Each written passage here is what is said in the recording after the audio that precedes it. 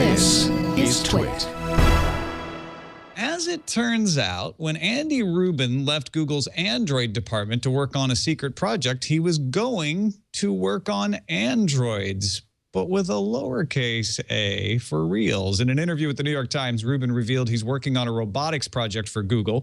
The New York Times reports Google has acquired 7 robotics companies over the last 6 months, and sources say the aim is to aid in manufacturing, most likely of electronics, as well as competition in the retail supply chain, a la Amazon's warehouses.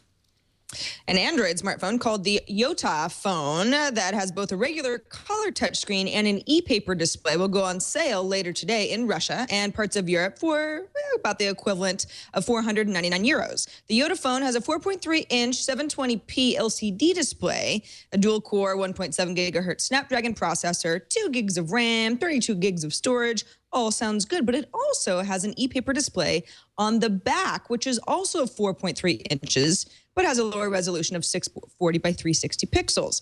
Yota describes it as an always-on, low-power display that can be used to view ebooks, battery life, notifications, and other info.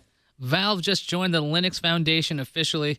The company released a Linux client back in February and announced its SteamOS would be based on Linux. With the move to join the Linux Foundation, Valve will be contributing tools for developers to work on SteamOS and hopes to entice hardware makers to support Linux above other platforms. Windows.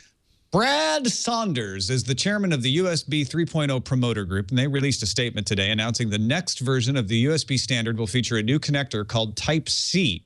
Designed for USB 3.1's spec, Type-C will be about the size of the current micro USB plug, so a lot smaller, features scalable power data rates, near 10 gigabits per second, and best of all, it will be reversible.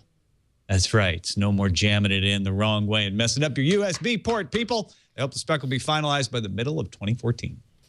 A nonprofit called Education Superhighway, which lets schools test their broadband speeds and secure better connections, has raised $9 million. The round is led by Facebook CEO Mark Zuckerberg's Startup Education Fund and also includes the Gates Foundation. Evan Marwell, who's the CEO of Education Superhighway, says slow internet speeds is a, quote, fairly consistent problem in rural, urban, and suburban America. Over 40 million students are being left behind without the internet access and Wi-Fi they need to take full advantage of digital learning. I'm still very excited about reversible USB. Awesome. The Next Web found a GitHub repository called Mobile Chrome Apps that would bring packaged Chrome apps to Android and iOS. Now, the toolkit would allow those packaged Chrome apps to interact with the Android and iOS hardware using Apache Cordova. Google hasn't mentioned when the toolkit will be official, but Google's Joe Marini says they hope to have a beta in January. The rumored YouTube music service that Google has never announced but has been reported to launch in the summer and then delayed until the end of this year is getting a rumored delay again. All Things D reports the licensing deals for the music are all in place, but Google isn't yet satisfied with the product itself, so it's pushing off a launch until next year. Maybe, just maybe, that's why they never announced it in the first place.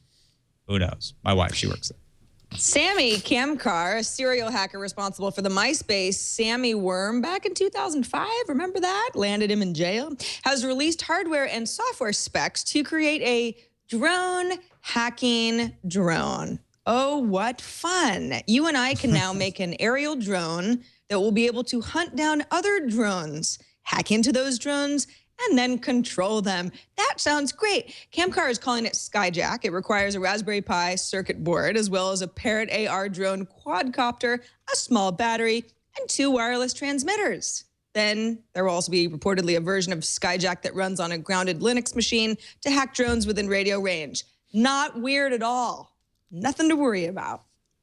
China's Ministry of Industry and Information Technology finally issued its TD-LTE licenses to China Mobile, China Unicom, and China Telecom, and it just so happens that Apple's latest iPhone supports TD-LTE. And it also just so happens that every analyst in the world has been projecting big sales for Apple if and when they could launch an iPhone on China Mobile, the country's largest wireless carrier. So there are your dots. Have fun connecting them. Is driving with Google Glass legal in California? I guess we're going to find out because the person who got a ticket for driving with Google Glass is fighting that ticket in court.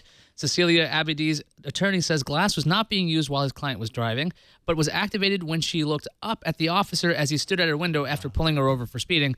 They will also argue that the citation for driving with a video screen on should not apply to wearable devices like glass.